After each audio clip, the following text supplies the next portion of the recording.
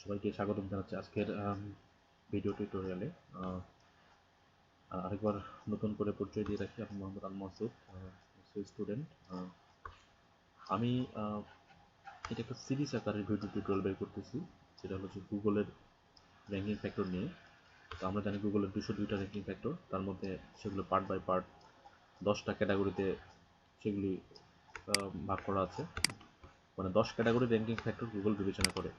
তো আমি আগের টিউটোরিয়ালগুলোতে domain factor, page level factor, site level factor আমি টিউটোরিয়াল অলরেডি তৈরি করেছি, দেখিয়েছি, আপনাদেরকে দিয়েছি। তো আজকে হচ্ছে ব্যাকলিং ফ্যাক্টর 4 নম্বর টিউটোরিয়াল। এটা ধারাবাহিকভাবে 10টা টিউটোরিয়ালই বের হবে, এটা 10টা ফ্যাক্টর 10টা টিউটোরিয়াল বের হবে। আর সাথে জানিয়ে রাখি, এসইও ভ্যানিলা আমার একটা পাবলিক গ্রুপ আছে, সেখানে আপনারা জয়েন করতে পারেন। সব ধরনের ইনফরমেশন আমি সেখানে শেয়ার করতেছি, এই পিডিএফটা আপনি সেখানে পাবেন। আর কোনো কোনো বিষয় কী কী বিষয়ে আপনার ভিডিও টিউটোরিয়াল দরকার, যে জিনিসটা আপনি বোঝেন না সেটা আমাকে জানাবেন, আমি সেই গ্রুপের মাধ্যমে জানাবেন, আমি সেটা টিউটোরিয়াল তৈরি করে আপ করে দেবো ইউটিউবে। তো আজকে শুরু করছি ব্যাকলিং ফ্যাক্টর। মানে গুগল সার্চ রেজাল্ট দেখানোর জন্য যে 202টা ফ্যাক্টর বিবেচনা করে, তার মধ্যে অন্যতম একটা ফ্যাক্টর হচ্ছে ব্যাকলিং ফ্যাক্টর, খুবই গুরুত্বপূর্ণ। 2012 সালের পেঙ্গুইন আপডেটের ফলে ব্যাকলিংকের উপর খুবই গুরুত্ব দেওয়া হয়েছে। আগে তো যে কোনো যেন তেনভাবে ব্যাকলিং করলেই হতো। তো তাদের সাইটগুলোই পেঙ্গুইন আপডেটের ফলে তাদের সাইটগুলো এফেক্টেড হয়েছে, যারা মানে যেখান থেকে ইচ্ছা মতো করে ব্যাকলিং নিয়েছিল, তাদের সাইটগুলোই এফেক্টেড হয়েছে। তো আজকে আমি ব্যাকলিংয়ের বিষয়গুলো বিবেচনা করব, মানে আলোচনা করব কোন কোন বিষয়গুলো গুগল ব্যাকলিংয়ের জন্য, সার্চ ইঞ্জিন র্যাঙ্কিংকে সামনে নিয়ে আসার জন্য একটা সাইটকে ব্যাকলিংয়ের কোন কোন বিষয়গুলো বিবেচনা করে। নাম্বার 1 হচ্ছে linking domain age. Backlink from aged domain may be more powerful than new domain. আপনি একটা নতুন ডোমেইন থেকে ব্যাকলিং নিলেন, আরেকজন ঠিক আপনার কম্পিটিটর একটা পুরাতন ডোমেইন থেকে আপনার ব্যাকলিং নিল, তাহলে কার ডোমেইন মানে ব্যাকলিংয়ের ওয়েট বেশি হবে? যে পুরাতন ব্যাকলিং, বেশি এজেড ডোমেইন থেকে ব্যাকলিং নিব, বেশি বয়স আছে এরকম ডোমেইন থেকে ব্যাকলিং নিবে, তার সাইটটা অবশ্যই ওয়েট পাবে।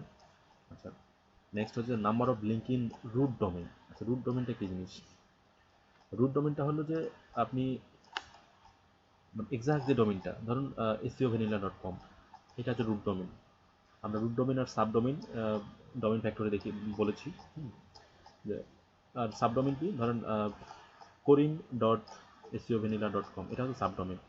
আপনার ব্যাকলিংটা কোথা থেকে আসছে, রুট ডোমেইন থেকে নাকি সাবডোমেইন থেকে, এটা কিন্তু ইম্পর্টেন্ট। যদি আপনার মেইন ডোমেইনটা ব্যাকলিংটা মেইন ডোমেইন থেকে আসে, SEOvanilla.com থেকে আসে, তাহলে আপনার এই ব্যাকলিংটার ওয়েট অনেক বেড়ে যাবে। গুগল এটাই প্রিফার করে, রুট ডোমেইন থেকে ব্যাকলিং নেওয়া। আচ্ছা, number of link from separate C class IPs. Link from separate C class IP address suggest a wider breadth of site linking to you. আচ্ছা, সেপারেট সি ক্লাস আইপিস মানে এখানে separate eyepiece বলতে আপনি একই হোস্টিংয়ের মধ্যে অনেকগুলো সাইট হোস্ট করতে পারেন। সেক্ষেত্রে একটা সাইট থেকে আরেকটা সাইটের ব্যাকলিং দেওয়া কিন্তু ঠিক না। এবং রিসেন্ট এটা খুবই রেস্ট্রিক্টেড যে আপনি একটা সাইটের মধ্যে, একটা হোস্টিংয়ের মধ্যে আপনার 10টা ডোমেইন হোস্ট করাইছেন, সেই ডোমেইনগুলোতে একটা থেকে আরেকটা ব্যাকলিং দেওয়া যাবে না, সেপারেট ক্লাস আইপিস থেকে ব্যাকলিং নিতে হবে, এটা একটা বিষয়। নেক্সট হলো যে number of linked page. The total number of LinkedIn page, even if some are on the same domain, it is a ranking factor. আচ্ছা, আপনি একটা পেজ থেকে অনেকগুলো ব্যাকলিং নিতে পারেন, আবার একটা পেজ থেকে একটা করে ব্যাকলিং নিতে পারেন। তো একজন নিল হলো যে 5টা পেজ থেকে 5টা ব্যাকলিং নিল, আর আপনি একটা পেজ থেকে 5টা ব্যাকলিং নিলেন, কার ওয়েট বেশি হবে? যে 5টা পেজ থেকে 5টা ব্যাকলিং নিচ্ছে তার ওয়েটটা বেশি হবে, তার ব্যাকলিংকে গুগল বেশি প্রিফার করবে, তার পপুলারিটি বেশি বাড়বে। এটাই হচ্ছে যে নাম্বার অফ লিঙ্কিং পেজ। আচ্ছা, alter tag for image link, খুবই গুরুত্বপূর্ণ একটা জিনিস। আমরা সাধারণত লিঙ্ক বলতে টেক্সটকে হাইপার লিঙ্ক করা দেওয়া হয়, ওইটাই থেকে লিঙ্ক নেওয়া হয়, কিন্তু ইমেজটাকে যদি লিঙ্ক হিসাবে নেওয়া হয় সেটা কিন্তু সবচেয়ে গুরুত্বপূর্ণ। ইমেজ লিঙ্ক মানে আপনার ইমেজটা যদি ব্যাকলিং হিসাবে কাউন্ট হয়, সেটা অনেক বেশি প্রিফারেবল। ব্যাকলিং ইমেজ থেকে কীভাবে ব্যাকলিং নিতে হয় ওয়েব 2.0 থেকে, এটা আপনাদেরকে একটা ভিডিও টিউটোরিয়াল হিসাবে দেখাবো, আমার লাইভ ক্লায়েন্টের সাইটের ব্যাকলিং। তার আগে বলে রাখি যে মানে আমরা সাধারণত টেক্সটে ক্লিক করলে ওটা ব্যাকলিং হিসেবে পাওয়া যায়, কিন্তু ইমেজে ক্লিক করলে যদি সাইটে যায় সেক্ষেত্রে এটা টেক্সটের থেকে মোর পাওয়ারফুল লিঙ্ক হচ্ছে ইমেজ ব্যাকলিং। অল্টা ট্যাগ থেকে যে ব্যাকলিংটা নেওয়া হয়, alt tag is an image version of anchor text. Links from .edu or .gov domains খুবই গুরুত্বপূর্ণ। আমরা সাধারণত ব্যাকলিং করি, মানে ব্যাকলিং বলতে আমরা সাধারণত ব্লক কমেন্টই বুঝি। আসলে হ্যাঁ ঠিক আছে, ব্লক কমেন্ট। তো এই ব্লক কমেন্টটা যদি .edu or .gov সাইট থেকে আসে, মানে ডোমেইন এক্সটেনশন হচ্ছে .edu বা .gov, এটা হলো যে হাইলি অথরিটেটিভ সাইট এগুলি। আমরা নর্মালি যদি একটা ডোমেইন কিনি, তো এই ডোমেইনটার অথরিটি থাকে G1, কিন্তু .edu বা .gov এই এক্সটেনশন দিয়ে যদি আমরা ডোমেইন কিনি, এটার কেনার সাথে সাথেই অথরিটি ফর এক্সাম্পল 50 থেকে যায়। শুরুতেই এদের ডোমেইন অথরিটি অনেক বেশি, এবং এগুলো গুগল সার্চে নিয়ে আসার জন্য খুবই গুরুত্ব দেয়, খুবই অথরিটি পায় একটা সাইট থেকে। .edu সাইট থেকে বা .gov সাইট থেকে যদি ব্যাকলিং পাওয়া যায়, এটা খুবই অথরিটেটিভ একটা ব্যাকলিং। এগুলো পাওয়া খুব কঠিন এখনকার দিনে। তারপরও রিলেভেন্ট সাইট হতে হবে। আপনি যেই টপিক্সের উপরে যে মানে নিশের উপরে সাইট, সেই সাইট রিলেটেড এডু সাইট বা জিওভি সাইট থেকে মানে ব্যাকলিং নিতে হবে। আমরা একটু পড়ে নিই। Metcars have started that TLD doesn't factor into a site importance. However, that doesn't stop SEO from thinking that there is a special place in the algorithm for .gov and .edu TLD. বলছে যে TLD বলতে top level domain, TLD extension, top level domain extension যেমন .com, .gov, .net, .org, এগুলো কিন্তু গুগলের কাছে কোনো গুরুত্ব নেই। বাট .gov and .edu কে তারা আলাদাভাবে দেখে, এই TLDটাকে, টপ লেভেল ডোমেইনগুলোকে আলাদাভাবে দেখে, আর অন্যান্যগুলোকে এইভাবে এত গুরুত্ব দেয় না। PR of linked in page, যেই পেজ থাকে, আচ্ছা আমরা পেজ র্যাঙ্ক জানি, পেজ র্যাঙ্ক কিন্তু ওয়েবসাইটের হয় বা ডোমেইনের হয়, এটা স্পেসিফিক পেজেরও কিন্তু পেজ র্যাঙ্ক হয়। এখানে হলো যে বিষয়, তো the page rank of the referring page is an extremely important ranking factor. আপনি যেই পেজ থেকে ব্যাকলিংটা নিচ্ছেন সেই পেজের মানে পেজ র্যাঙ্ক কত, সেটা কিন্তু একটা ফ্যাক্টর, এটা গুগল কাউন্ট করে। আচ্ছা, authority of link in domain, আপনি যেই ডোমেইন থেকে ব্যাকলিং নিচ্ছেন সেই ডোমেইনের অথরিটি কত। The referring domain authority may play an independent role in a link's importance. That is, a peer 2 page link from a site with a home page peer 3 may be worth less than peer 2 page link from peer 8 el.edu. আচ্ছা, এখানে বলছে যে একটা সাইটের page rank 2, যেটার home পেজের page rank হচ্ছে যে 3, আচ্ছা, এটার থেকে মেবি ওর্থ লেস দেন এ পেজের পেজ র্যাঙ্ক হচ্ছে যে 2 এবং সাইটের পেজ র্যাঙ্ক হচ্ছে যে 8। আপনি যেই মানে যেই ইয়া থেকে নিচ্ছেন, যেই ডোমেইন থেকে ব্যাকলিং নিচ্ছেন, সেই ডোমেইনটার অথরিটি বেশি হতে হবে। পেজের মানে একটা, আপনি দুইটা সাইট থেকে ব্যাকলিং নিলেন, সেই দুইটা সাইটের দুইটা পেজেরই ব্যাকলিং হলো যে দুইটা পেজেরই পেজ র্যাঙ্ক 2 করে, কিন্তু একটা সাইটের পেজ র্যাঙ্ক হচ্ছে যে 3 আর একটা সাইটের পেজ র্যাঙ্ক 8। তো যে সাইটের পেজ র্যাঙ্ক 8 হবে সেটার মানে গুরুত্বটা অবশ্যই বেশি থাকবে। শুধু পেজের অথরিটি বেশি থাকলে হবে না, ডোমেইনটার অথরিটি থাকতে হবে। আচ্ছা, link from competitors most important. আমরা সাধারণত গুগলে কোনো কিওয়ার্ড দিয়ে গুগলে সার্চ দিলে যেই আমার টার্গেট কিওয়ার্ড দিয়ে যেগুলো সার্চ দিয়ে যেই রেজাল্টগুলো আসে, সেই সাইটগুলো থেকে যদি আমরা ব্যাকলিং নিতে পারি, সেটা হচ্ছে সবচেয়ে ভ্যালুয়েবল ব্যাকলিং, কম্পিটিটর থেকে ব্যাকলিং নেওয়া। আচ্ছা, নেক্সট হলো যে social share of referring page. যেই পেজ থেকে আমরা ব্যাকলিং নিচ্ছি সেই পেজের সোশ্যাল শেয়ার কী পরিমাণ, সেই পেজটা এফবিতে কতবার শেয়ার হয়েছে, গুগল প্লাসে কতবার শেয়ার হয়েছে, লিঙ্কডইনে কতবার শেয়ার হয়েছে, সেটা কিন্তু গুরুত্বপূর্ণ। তাহলে সেই পেজের এনগেজমেন্ট, সেই পেজের কন্টেন্টের পরিমাণ, এগুলো কিন্তু কাউন্ট করে গুগল। সেই পেজে সেটার উপর ভিত্তি করে কিন্তু পেজ র্যাঙ্ক দেওয়া হয় একটা পেজের, স্পেসিফিক পেজের। লিঙ্কস ফ্রম বেড নেইবারহুডস, এটা একটা নেগেটিভ ইফেক্ট ফেলে। Link from bad neighbourhoods maybe hurts your site. Bad neighbourhoods আসলে কি? ব্যাড নেইবারহুডস বলতে আপনার পর্ন সাইট বা আদার যে অ্যাডাল্ট সাইটগুলো আছে, এইগুলো থেকে ব্যাকলিং নেওয়া যাবে না, এবং যেগুলো সাইটের স্পামিং হয় সেই সাইট থেকে ব্যাকলিং নেওয়া যাবে না। এটা হচ্ছে ব্যাড নেইবারহুডস। যেগুলো থেকে ব্যাকলিং নিলে আপনার সাইট ক্ষতি হবে, সেই সাইটগুলো হচ্ছে বিশেষ করে অ্যাডাল্ট সাইট এবং স্পামিং কন্টেন্ট, এই ধরনের সাইট থেকে ব্যাকলিং নেওয়া যাবে না। গেস্ট পোস্টিং খুবই গুরুত্বপূর্ণ। গেস্ট পোস্ট থেকে link coming from the guest post specially in an author bio area may not be as valuable as a contextual link on the same page। আচ্ছা, আমরা সাধারণত এক্ষেত্রে গেস্ট পোস্টের ক্ষেত্রে বিভিন্ন রকম, ধরেন আমরা আর্টিকেল ডিরেক্টরিতে আর্টিকেল পোস্ট করতেছি। আর্টিকেল পোস্ট যদি আপনাদের অভিজ্ঞতা থাকে তাহলে আর্টিকেল পোস্ট করার সময় আর্টিকেলের একটা টাইটেল থাকে, একটা সামারি থাকে, একটা বডি থাকে, নিচে আবার কনক্লুশন থাকে, তার নিচে থাকে বায়ো, অথর বায়ো। তো সেখানে বডিতে ব্যাকলিং দেওয়ার সুযোগ আছে 3টা, অথর বায়োতে 1টা বা 2টা বা 3টা, আচ্ছা টোটাল 3টা, কোনো কোনো সাইট আছে তো টোটাল 3টা। তো আপনার ব্যাকলিংকের ভ্যালুটা বেশি হবে যদি আপনি বডি থেকে বডি টেক্সটগুলোকে হাইপারলিঙ্ক করে দিতে পারেন, সেই ক্ষেত্রে আপনার ব্যাকলিংয়ের ওয়েটটা বাড়বে। আর যদি আপনি অথর বায়ো থেকে টেক্সট হাইপার টেক্সটগুলোকে টেক্সট থেকে ব্যাকলিং নেন, সেই ক্ষেত্রে আপনার ব্যাকলিং ওয়েটটা কমে যাবে।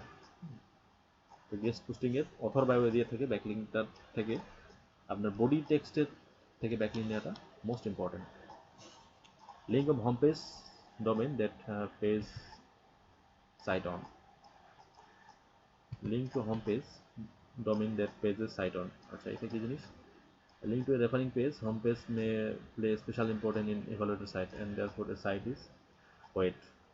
আচ্ছা, আমরা যেই পেজ থেকে ব্যাকলিং নিব, ধরুন একটা আমরা ব্লগ কমেন্ট থেকে নিচ্ছি, একটা আর্টিকেল লেখা আছে, সেখানে একটা কমেন্ট করে আমরা ব্যাকলিংটা নিলাম। সেই পেজটার যদি হোম পেজের সাথে কানেকশন থাকে, হোম পেজের সাথে ইন্টারনাল লিঙ্ক করা থাকে, আমরা যদি সাইলো স্ট্রাকচার পড়ে থাকি তাহলে এটা খুব ভালো করে বুঝবো। সাইলো স্ট্রাকচার নিয়েও যদি আপনাদের যদি কোয়েরি থাকে তাহলে সাইলো স্ট্রাকচার নিয়ে আমরা একটা ভিডিও করে দিব। তো সাইলো স্ট্রাকচার যারা ভালো বুঝি তারা এটা খুব সহজে বুঝবো যে হোম পেজের সাথে কোনো যে পেজ থেকে আমরা ব্যাকলিং নিব, সেই পেজের লিঙ্ক যদি হোম পেজের সাথে কানেক্টেড থাকে, ইন্টারনাল লিঙ্ক করা থাকে, যেটা সবচেয়ে বেশি গুরুত্ব ওয়েট বেয়ার করে।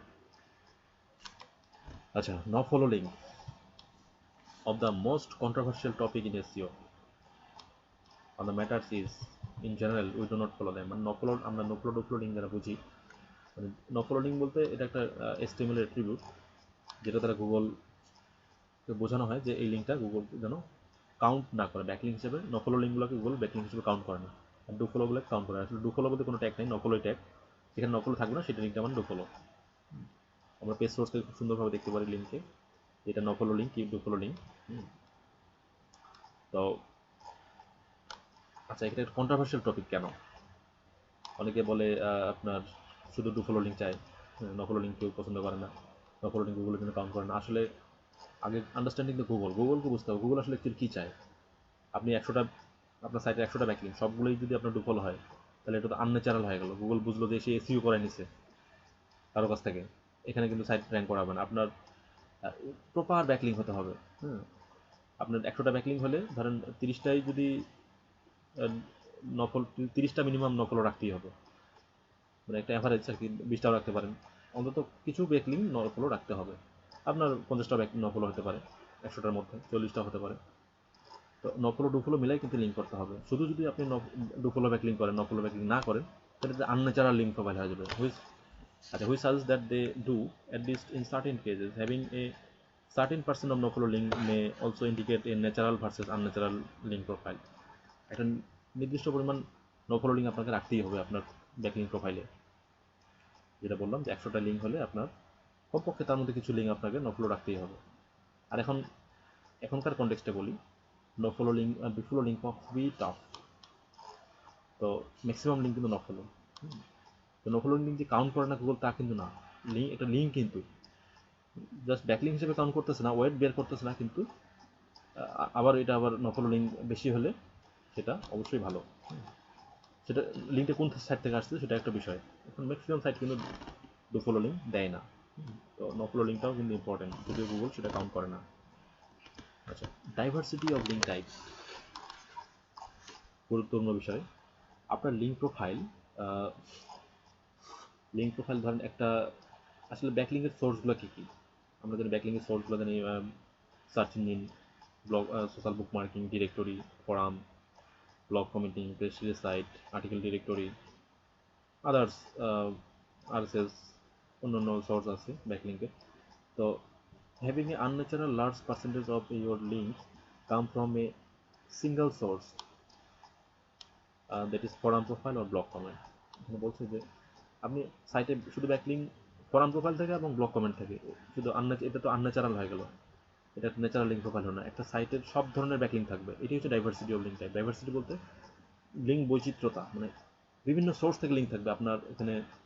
আপনার একটা সাইটের লিঙ্ক প্রোফাইলে সার্চ ইঞ্জিন থেকেও লিঙ্ক থাকবে, ডিরেক্টরি থেকেও লিঙ্ক থাকবে, সোশ্যাল বুকমার্কিং সাইট থেকে লিঙ্ক থাকবে, ফর্ম প্রোফাইল থেকেও থাকবে, ব্লগ কমেন্ট থেকে থাকবে, প্রেস রিলিজ থেকেও থাকবে, কম্পিটিটর সাইট থেকেও থাকবে, সব ধরনের সাইট থেকে ব্যাকলিং থাকবে। এটি হচ্ছে ডাইভার্সিফাইড লিঙ্ক, মানে ন্যাচারাল লিঙ্ক প্রোফাইল।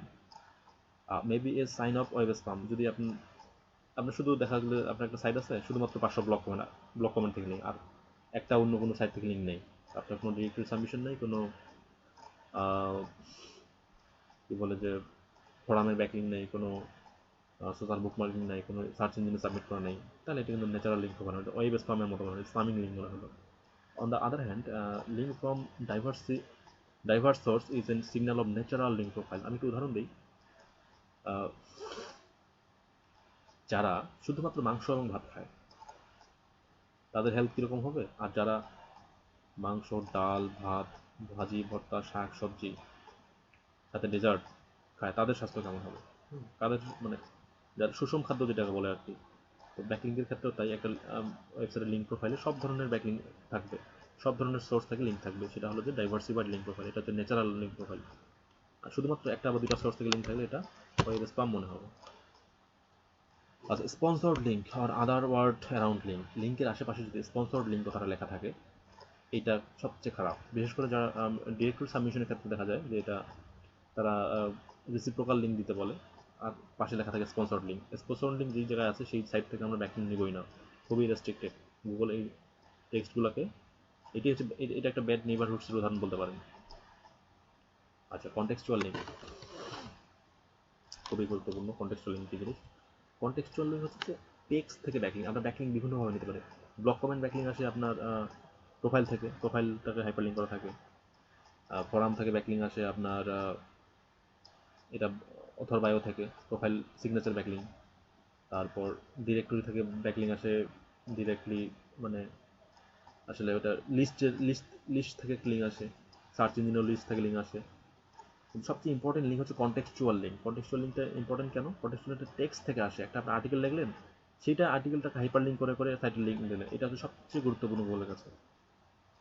টেক্সট থেকে ব্যাকলিঙ্ক দেওয়া, আর্টিকেল থেকে link embedded inside the page content is considering more powerful than link on an empty page or found elsewhere on the page. For example, আমরা যদি on page SEO করতে যাই, তা প্রত্যেকটা page থেকে একটা কিন্তু আউটবাউন্ড লিঙ্ক দেওয়া বাধ্যতামূলক। সেক্ষেত্রে আউটবাউন্ড লিঙ্কটা যেখানে দেবো সেটা অবশ্যই কন্টেক্সচুয়াল লিঙ্ক হতে হবে। সেই লিঙ্কটা খুবই ওয়েট বেয়ার করে, অথরিটি সাইটকে দিতে হয়। তো সেই জন্যই কন্টেক্সচুয়াল লিঙ্ক মোস্ট ইম্পর্টেন্ট, মানে টেক্সট থেকে যেটা ব্যাকলিঙ্ক পাওয়া যায়। আপনার চাইলে এটা নিয়েও আলাদা একটা টিউটোরিয়াল দিতে পারবো। তো নেক্সট হচ্ছে যে excessive 301 redirect to the page. 301 redirect কী জিনিস, সেটা এসইও টার্ম নামে একটা আমি টিউটোরিয়াল করবো, সেখানে আমি 301 রিডাইরেক্ট বিস্তারিত বলবো। এখানে যেটা বলেছি, এক্সেসিভ 301 রিডাইরেক্ট টু পেজ। একটা পেজের মধ্যে যদি 301 রিডাইরেক্ট অতিরিক্ত থাকে সেটা খারাপ। 301 রিডাইরেক্ট হচ্ছে যে পার্মানেন্ট রিডাইরেক্ট। এই 301 রিডাইরেক্ট বা এই জাতীয় 302 রিডাইরেক্ট আছে, 404 এরর, 500 এরর, এগুলো নিয়ে আলাদা একটা টিউটোরিয়াল করানো যাবে। তো আজকে এখানে আর সেইভাবে বলতেছি না। 301 রিডাইরেক্ট কী জিনিস সেটা আলাদা টিউটোরিয়ালে ব্যাখ্যা করবো। ব্যাকলিঙ্ক অ্যাঙ্কর টেক্সট খুবই গুরুত্বপূর্ণ। আপনি যেখান থেকে ব্যাকলিঙ্ক নিচ্ছেন, যে টেক্সট থেকে ব্যাকলিঙ্ক আপনার সাইটে দেওয়া হচ্ছে সেই টেক্সটটা কিন্তু important, as not the description of Google's original algorithm. The first anchors often provide more accurate description of the web page than the page themselves. আচ্ছা, ওই যে টেক্সটটা থেকে ব্যাকলিঙ্ক দেওয়া হচ্ছে, টেক্সটটাকে হাইপারলিঙ্ক করে ব্যাকলিঙ্ক দেওয়া হচ্ছে, সেই টেক্সটটা ইম্পর্টেন্ট। সেই টেক্সটটা তার সাইটকে ডিসক্রাইব করতেছে, যে সাইটটা কী সম্বন্ধে, সেটা কিন্তু ডিসক্রাইব করতেছে ওই টেক্সটটা। ওই টেক্সটটা যা হবে সাইটের রিলেভেন্ট হতে হবে, সাইটের যে কন্টেক্ট আছে, সাইটটা কিসের উপরে, সাইটের নিশ কী, সাইটের আর্টিকেলগুলো, সাইটের ডোমেইন, সবগুলো মিলে কিন্তু রিলেভেন্ট হতে হবে টেক্সটটা। এই জন্য backlink anchor text important. Backlink anchor text করার সময় অবশ্যই আমরা ওয়েবসাইটের সাথে যে ওয়েবসাইট লিঙ্ক দিব সেটার সাথে থিমেটিক্যালি রিলেভেন্ট হতে হবে। Obviously, anchor text is less important than before. আগে থেকে এখন anchor text যদিও কম important, but it still send a strong relevancy signal in the small DOS. মানে এটা একটা রিলেভেন্সি সিগন্যাল প্রদর্শন করে anchor টেক্সটটা। মানে আপনি যে anchor text দিয়ে যে সাইটে ব্যাকলিঙ্ক দিচ্ছেন সেই সাইটের কনটেক্সটের সাথে মিল আছে কিনা টেক্সটটা, সেটা কিন্তু বিবেচনার বিষয়। আশা করি বুঝতে পারছেন। আচ্ছা, ইন্টারনাল লিঙ্ক অ্যাঙ্কর টেক্সট। আচ্ছা, ইন্টারনাল লিঙ্ক কি? ইন্টারনাল লিঙ্ক হচ্ছে একটা ওয়েবসাইটের একটা ডোমেনের ভিতরে একটা পেজ থেকে আরেকটা পেজের লিঙ্ক। সাইলো স্ট্রাকচার যদি বুঝে থাকেন তাহলে ইন্টারনাল লিঙ্ক খুব সহজ জিনিস। সাইলো স্ট্রাকচারের মধ্যে ইন্টারনাল লিঙ্কের ডিটেলভাবে বোঝানো হয়েছে। তো internal link anchor text is another relevancy signal. মানে আপনি যে পেজের সাথে ইন্টারনাল লিঙ্ক করে দিবেন একটা পেজ থেকে আরেকটা পেজের, ওই টেক্সটগুলো ইম্পর্টেন্ট। ওই টেক্সটগুলোর সাথে ওই পেজের মিল থাকতে হবে। যে পেজের সাথে যে টেক্সটের ইন্টারনাল লিঙ্ক করাচ্ছেন সেই পেজের সাথে থিমেটিক্যালি মিল থাকতে হবে, এটাই বলা হচ্ছে এখানে। আচ্ছা, link title attribute. Link title কি জিনিস? লিঙ্ক টাইটেল হচ্ছে যে আমরা যখন কার্সর নিয়ে যাই মানে হাইপার টেক্সটের কাছে, যেটাতে ব্যাকলিঙ্ক মানে ইন্টারনাল লিঙ্ক বা ব্যাকলিঙ্ক দেওয়া হয়েছে, যেখানে যে টেক্সটের মধ্যে কার্সর নিয়ে গেলে একটা টাইটেল হোভারের মতো শো করে, সেই টাইটেলটা কিন্তু important. The text that appear when you hover a link is also used as a weak relevancy signal. Weak but important.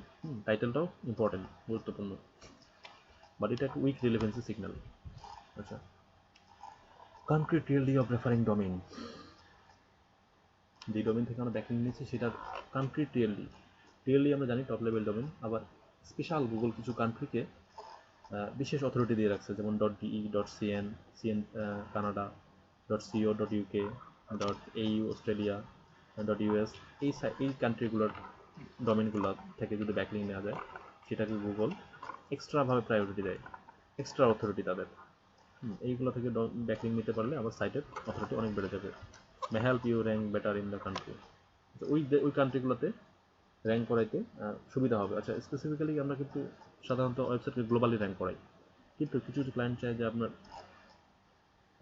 Specific কান্ট্রিতে র্যাঙ্ক করানোর জন্য। যেমন আমি ধরেন ক্লায়েন্ট চাচ্ছে যে এইখানে আমরা শুধু ট্রাফিক চাচ্ছি, জার্মানির ট্রাফিক চাচ্ছি, তখন আপনাকে অবশ্যই জার্মানির সাইট থেকে ব্যাকলিঙ্ক নিতে হবে, তাহলে ওই কান্ট্রির জন্য আপনি সাইটটাকে র্যাঙ্ক করাতে পারবেন, তাহলে ওই সাইট থেকে ওই কান্ট্রি থেকে ভিজিটর আসবে, এরকম। Link location in content. আপনি কন্টেন্ট থেকে যেখান থেকে ব্যাকলিঙ্ক দিলেন, কন্টেন্টের শুরু থেকে কন্টেন্টের শেষের দিকে।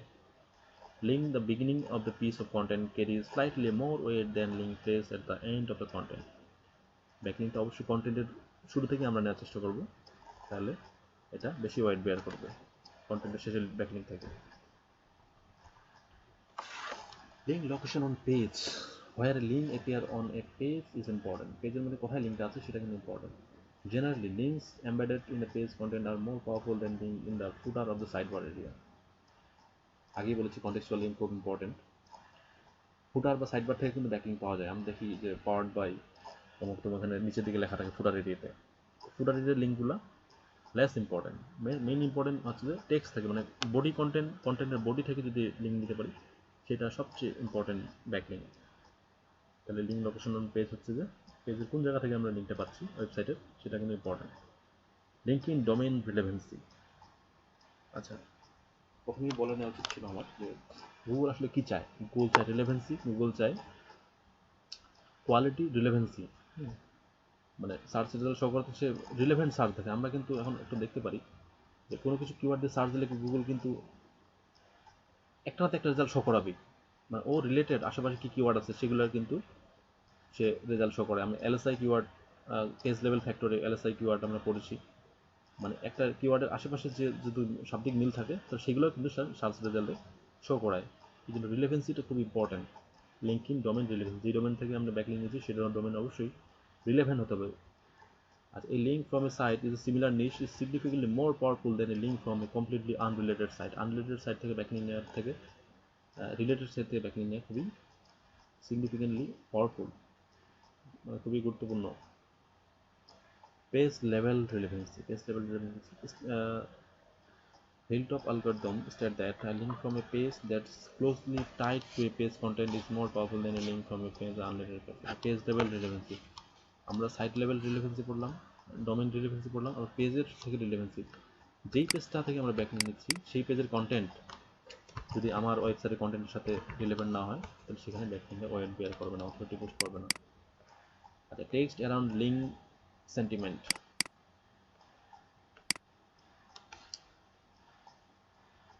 যেখান থেকে ব্যাকলিঙ্ক নিচ্ছি, ধরেন ব্লক কমেন্ট থেকে ব্যাকলিঙ্ক নিচ্ছি, Google has probably figure out whether or not a link is your site is recommended or page is negative review. Link with positive sentiment around that likely carry more weight. আমরা যেখান থেকে ধরেন block কমেন্টের কথা বলি, একই ধরনের comment কখনো ইউজ করবো না, আর এটাকে স্পামি কমেন্ট বলে।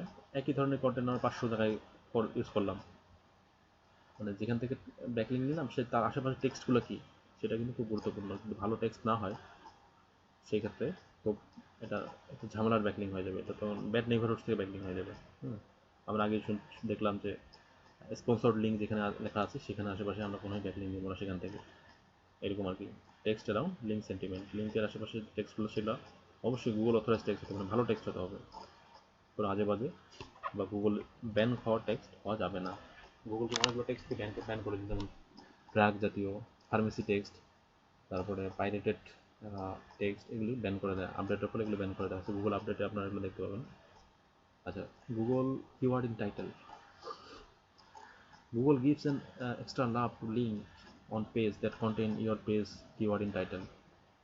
আচ্ছা, এই যে বললাম কম্পিটিটর সাইট থেকে ব্যাকলিং নেওয়া কি জন্য, আপনার কম্পিটিটরের সবগুলো টাইটেলের মধ্যে তাদের কিওয়ার্ডগুলো আছে, তো সেই সাইট থেকে যদি আপনার ব্যাকলিং পান সেটা খুবই গুরুত্বপূর্ণ। এক্সপার্ট লিঙ্কিং টু এক্সপার্টস, মানে এক্সপার্টের সাইট থেকে এক্সপার্টরাই ব্যাকলিং পায়, বা এক্সপার্টের সাইট থেকে ব্যাকলিং নিয়েই হচ্ছে যে এক্সপার্টের কাজ, মানে কম্পিটিটর সাইট থেকে ব্যাকলিং নিলেই হলো সবচেয়ে বেশি গুরুত্বপূর্ণ ব্যাকলিং। পজিটিভ লিঙ্ক ভেলোসিটি, এটা কি জিনিস? পজিটিভ লিঙ্ক ভেলোসিটি হলো যে a site with positive link velocity usually get SERP boost. আচ্ছা, পজিটিভ লিঙ্ক ভেলোসিটি কি জিনিস? পজিটিভ লিঙ্ক ভেলোসিটি হলো যে আপনি ব্যাকলিং শুরু করলেন, একটা সাইটের নতুন সাইট ব্যাকলিং শুরু করলেন, ব্যাকলিংটা করতে হবে রেগুলার বেসিস। কীরকম? আপনার ধরেন সাইটের জন্য 500 ব্যাকলিং করবেন আপনি 3 মাস সময়, তা আপনার প্রতিদিন বা সপ্তাহে অন্তত 30টা 40টা করে ব্যাকলিং করতে হবে, 50টা করে ব্যাকলিং করতে হবে। এটা হচ্ছে রেগুলার লিঙ্ক ভেলোসিটি। ভেলোসিটি বলতে ব্যাক, এখানে লিঙ্ক ভেলোসিটি বলতে লিঙ্কের বেগ, মানে number of link by day, দিনে কটা করে লিঙ্ক করছেন। অ্যাভারেজ প্রতিদিন 5টা 10টা 20টা করে লিঙ্ক করে যেতে হবে অ্যাভারেজ। আপনি একদিনে 600 ব্যাকলিং করলেন, একদিনে 500 ব্যাকলিং করলেন, আর গত 3 মাসে বা আগামী 3 মাসে কোনো ব্যাকলিং করলেন না, এটা কিন্তু পজিটিভ লিঙ্ক ভেলোসিটি হবে না, এটা হচ্ছে negative link velocity. Positive link velocity হচ্ছে গুগলের কাছে খুব ইম্পর্টেন্ট, মানে নেগেটিভ লিঙ্ক ভেলোসিটি গুগল এটাকে স্পাম হিসেবে ধরে নেবে। আপনি যদি রাতারাতি 1 সপ্তাহে 500 ব্লক কমেন্ট করে ফেলেন, পরবর্তীতে আর ব্যাকলিং না করলেন, তাহলে এটা কিন্তু পজিটিভ লিঙ্ক ভেলোসিটি হলো না, এটা নেগেটিভ লিঙ্ক ভেলোসিটি হলো, যেটা এসইওর জন্য এটা নেগেটিভ ইম্প্যাক্ট করবে। Link from half page. Half page কি জিনিস? হাফ পেজ হচ্ছে যে যেখানে হাফ বলতে আমরা কি বুঝি, যেখানে সবগুলো সংমিশ্রণ ঘটে, অনেকগুলো পেজের সংমিশ্রণ। Pages, Aaron will claim that getting link from page that are considered top resources or hubs, মানে একটা পেজ থেকে অনেক রিসোর্স আছে সেই ধরনের পেজ থেকে যদি আমরা ব্যাকলিং পেতে পারি, কোনোটা on a sardine topics are given special treatment, একটা বিশেষ টপিক্সের উপরে সে ওই পেজে অনেক ইনফরমেশন, অনেক বড় একটা আর্টিকেল, সেখান থেকে যদি আমরা ব্যাকলিং পেতে পারি, ওটাকে হাফ পেজ বলে, সেটা কিন্তু গুগলের কাছে মোর ওয়েট বেয়ার করবে। Link from authority site. Authority site কি জিনিস? অথরিটি সাইট হলো যে এটা অ্যাফিলিয়েট সাইটের ক্ষেত্রে যদি বলি, অ্যাফিলিয়েট সাইট সাধারণত থিন কন্টেন্ট হয়, মানে তো 40-50টা আর্টিকেল দিয়ে একটা সাইট তৈরি করা যায়। আগে তো 20টা 30টা আর্টিকেল দিলেই হতো, একটা সাইট তৈরি করা যেত। বাট অথরিটি সাইট হলো সেখানে অনেক ইনফরমেশন থাকবে ওই বিষয়ের উপরে, সেইগুলোতে আপনার ওই বিষয়ের উপর সে দক্ষ, সেই অথরিটি পেয়ে গেছে, হ্যাঁ, সেই ওই বিষয়ে তার ডোমেন অথরিটি, পেজ অথরিটি অনেক বেশি, সেক্ষেত্রে সেটা গেলে অথরিটি সাইট বলছে।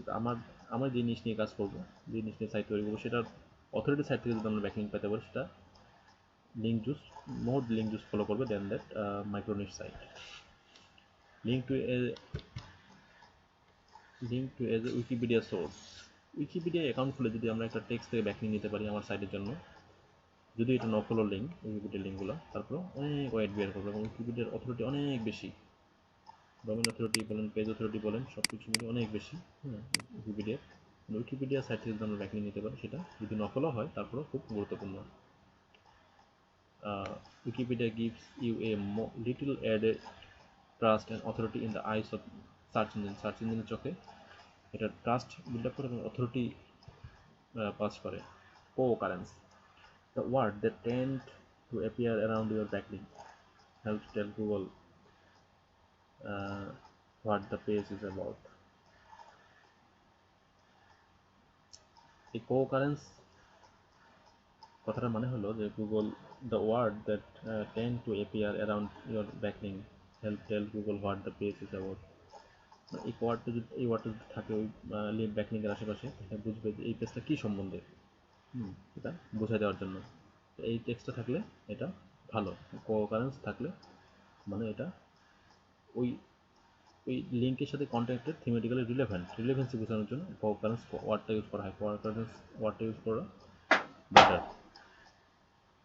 ব্যাকলিং এজ, আচ্ছা, আপনি নতুন ব্যাকলিং করলেন, সাইটের ব্যাকলিং, আর আপনার কম্পিটিটর ওই সাইট থেকে 1 বছর বা 2 বছর আগে ব্যাকলিং করে রাখছে, তাহলে অবশ্যই তার ব্যাকলিংটা ইম্পর্টেন্ট, মানে বেশি ওয়েট বের করবে, যে ব্যাকলিংয়ের বেশি মানে বয়স বেশি হবে। এজ সবসময় একটা ওয়েট, অথরিটি, ট্রাস্ট বিয়ার করে। Link from real site versus splog. Splog কি জিনিস? স্প্লক হচ্ছে স্পামিং ব্লককেই সাধারণত স্প্লক বলা হয়। ব্যাকলিং দিতে হবে আমাদের রিয়েল সাইট থেকে। কতগুলো সাইট আছে শুধুমাত্র ব্যাকলিং দেওয়ার জন্যই, কতগুলো ব্লগ আছে শুধু ব্যাকলিং দেওয়ার জন্যই, স্পামি ব্লগ যেগুলো বলা হয়, সেগুলো সাইট থেকে লিঙ্ক নেওয়া যাবে না। লিঙ্ক নিতে হবে রিয়েল ওয়েবসাইট থেকে, রিয়েল ওনার আছে, রিয়েল অথরিটি আছে, এরকম সাইট থেকে ব্যাকলিং নিতে হবে। স্প্লকটা হলো যে আপনার এটা ব্যাড নেইবারহুডসের একটা উল্লেখযোগ্য উদাহরণ স্প্লক। আচ্ছা, natural link profile. Natural link profile কি জিনিস? এটা নিয়ে গুগল একটা আপডেটও আসছে, natural link profile. A site with a natural link profile is going rank higher and be more durable to update. Natural link profile আগেই আলোচনা করছি যে ন্যাচারাল লিঙ্ক প্রোফাইলের বৈশিষ্ট্যগুলো কী হবে। লিঙ্ক ডাইভার্সিটি থাকবে, natural link proper link velocity থাকবে, তারপরে আপনার হলো যে আরও অনেকগুলো ক্রাইটেরিয়া, রিলেভেন্সি থাকবে, ডোমেইন অথরিটি সাইট থেকে ব্যাকলিং থাকবে। এগুলো হচ্ছে যে ন্যাচারাল লিঙ্ক প্রোফাইল। সাইটের গোল চাই সবসময় ন্যাচারাল হতে। আমরা যেন বুঝতে না পারি যে এসইও করে লিঙ্ক বিল্ডিং করে আমরা এই কাজটা করছি। একটা যেন প্রপার ফ্লো থাকে, মানে কাজের রেগুলারিটি থাকে। গুগল সবসময় ভলেন্টারি ওয়ার্ক গুরুত্ব দেয় বেশি। আমরা যদি একদিনই ব্যাকলিং করি, এটাও খারাপ, একদিনে অনেক ব্যাকলিং করাটাও খারাপ, আবার ব্যাড নেইবারহুড থেকে লিঙ্ক নেওয়াটাও খারাপ। যাক, অনেকগুলো বিষয়।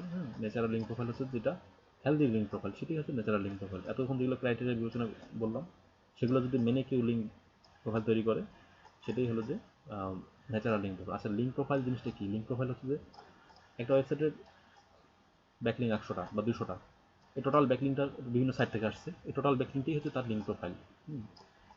লিঙ্ক প্রোফাইল হচ্ছে যে টোটাল নাম্বার অফ ব্যাকলিং, বিভিন্ন সোর্স থেকে নাম্বার অফ ব্যাকলিং, টোটাল সবগুলো ব্যাকলিং মিলিয়ে হচ্ছে তার লিঙ্ক প্রোফাইল। আচ্ছা, রিসিপ্রোকাল লিঙ্ক। রিসিপ্রোকাল কথার অর্থ হচ্ছে যে বিনিময়। গুগলের ক্ষেত্রে মানে লিঙ্ক বিল্ডিংয়ের ক্ষেত্রে রিসিপ্রোকাল লিঙ্ক হচ্ছে বিনিময় করা। এটা ম্যাক্সিমাম ক্ষেত্রে দেখা যায় সাইটের ক্ষেত্রে, ডিরেক্টরি সাবমিশনের ক্ষেত্রে। আপনি ডিরেক্টরি সাবমিশনের ক্ষেত্রে জানতেন যে রিসিপ্রোকাল লিঙ্ক কখনোই আগে খুব র্যাঙ্ক করাইতে গুগল পেঙ্গুইন আপডেটের ফলে, বাট এখন রিসিপ্রোকাল লিঙ্ক দেওয়াটা খুবই খারাপ একটা ওয়েবসাইটের জন্য। রিসিপ্রোকাল লিঙ্ক মানে যদি ডিরেক্টরিতে রিসিপ্রোকাল লিঙ্ক দিই, তাহলে ডিরেক্টরি আপনাকে একটা ব্যাকলিং দিল, আমাকেও আবার ডিরেক্টরিকে একটা ব্যাকলিং দিতে হবে। লিঙ্ক এক্সচেঞ্জ আর কি, এই এক্সচেঞ্জটা কখনোই করা যাবে না, এটা খুবই খারাপ। ইউজার জেনারেটেড কন্টেন্ট লিঙ্ক, এটাকেও গুরুত্ব দিয়ে পড়তে হবে। Good is able to identify link generated from UGC, user generated content, versus the actual site owner. For example, they knows that a link from the official WordPress.com blog at an en.blog.wordpress.com is very difficult than a link from other.com. আচ্ছা, আমরা ওয়ার্ডপ্রেসে নিজের নামে subdomain create করতে পারি। almasud.wordpress.com একটা আমি domain create করে ফেলতে পারি। এখান থেকে আমরা একটা আর্টিকেল পোস্ট করে একটা ব্যাকলিঙ্ক নিতেই পারি। এটা খুব সহজ। কিন্তু en.blog.wordpress ওয়ার্ডপ্রেসের যে পার্সোনাল ব্লগ আছে সেখান থেকে যদি আমরা ব্যাকলিঙ্ক নিতে পারি সেটা খুব কঠিন, তো গুগলও জানে। সেটার ওয়েট অবশ্যই অনেক বিয়ার করবে, হ্যাঁ, যেটা ইউজার জেনারেটেড কন্টেন্ট লিঙ্ক থেকে। আমরা ওয়েব 2.0 লিঙ্ক যেটা কথা বলি, যেটা আর্টিকেল পোস্ট করলাম সেখান থেকে আমরা ব্যাকলিঙ্ক আমার সাইটে দিলাম, এটা খুব সহজ। এই লিঙ্কের ভ্যালু খুবই কম। কিন্তু যদি একটা রিয়েল ব্লগ থেকে, অথরিটি ব্লগ থেকে, যেমন blog.wordpress.com, এখান থেকে যদি আমরা নিতে পারি লিঙ্ক, সেটা কিন্তু আমার জন্য অনেক বেশি ওয়েট বের করবে সেই লিঙ্কটা। Link from 301 Link from 301 redirects may lose a little bit of juice compared to redirect to direct link. However, Metcalfe says that 301 is similar to a direct link. আচ্ছা, একটা সাইট থেকে ব্যাকলিঙ্ক নিলাম যেটা redirect করা, 301 redirect মানে হচ্ছে permanent redirect. তো redirect করা লিঙ্ক থেকে ব্যাকলিঙ্ক নেওয়াটা একটু কম জুস বিয়ার করবে। ম্যাটকার্ট বলছে যে 301 is the similar to a direct link, মানে 301টা হচ্ছে ডিরেক্ট লিঙ্কের সিমিলার, বাট 302 যদি হয় মানে টেম্পোরারি রিডাইরেক্ট হয়, এটা কিন্তু খারাপ। 301 রিডাইরেক্ট হচ্ছে পার্মানেন্ট রিডাইরেক্ট, এখান থেকে ব্যাকলিঙ্ক দিলে সমস্যা খুব একটা নেই। 301 রিডাইরেক্টে ব্যাকলিঙ্ক দিলে খুব সমস্যা, কিন্তু 302 রিডাইরেক্ট দিলে ব্যাকলিঙ্ক দিলে খুব সমস্যা। 302 হচ্ছে যে পার্মানেন্ট টেম্পোরারি রিডাইরেক্ট। আচ্ছা, 119 নম্বর হচ্ছে smart.org মাইক্রো ফরম্যাটস। এটা হচ্ছে যে প্রোগ্রামারদের কাজ। schema.org মাইক্রো ফরম্যাটস হচ্ছে আপনার